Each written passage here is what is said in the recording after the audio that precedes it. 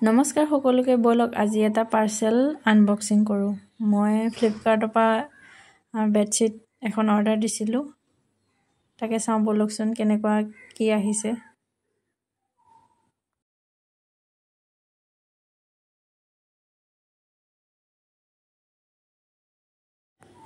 মই ইমান ৰং থকা মানে বস্তু বেয়া পাওঁ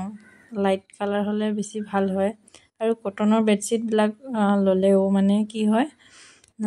ধুবলৈ বৰ অসুবিধা হয় মানুহজনী মানে কি বেছি শকত-আপত যে গাত বল নথকা সেইকাৰণে মানে ধুবলৈ অসুবিধা হয় এইটো কটনৰ নহয় ঠিক মানে পলিষ্টাৰো নহয় মিক্স থকা কিন্তু বেডশিটটো ভাল আহিছে দামো ইমান বেছি নহয় কিন্তু বস্তুটো ভাল মই ভাল পাইছোঁ বিশেষকৈ আৰু ধুবলৈও ভাল পটককৈ সফাও হয় আৰু পটককৈ শুকায়ো সেইবাবে ললো কেনেকুৱা লাগিছে জনাবচোন আৰু কোনে কোনে এনেকুৱা বেডশিট অনলাইনৰ পৰা লয় মোক জনাবচোন বাৰু আজিলৈ ইমানেই বাই বাই